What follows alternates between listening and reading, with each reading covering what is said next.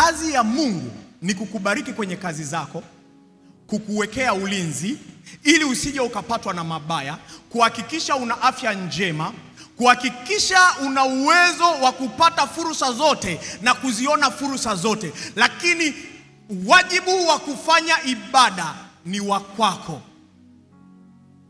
Yanielewa vizuri? Mungu atakulinda ufanye biashara na usipate hasara.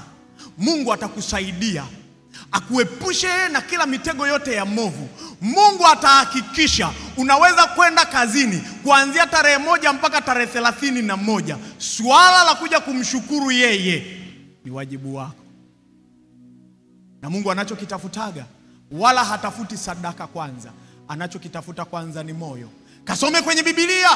Kaini alipopeleka sadaka yake, Biblia inasema hivi, Bwana akamkataa Kaini na sadaka yake. Bwana hakukataa kwanza sadaka. Bwana alimkataa kwanza Kaini. Kwa hiyo ibada sio kile ambacho tunakifanya. Ibada ni kile ambacho kimetoka ndani yako.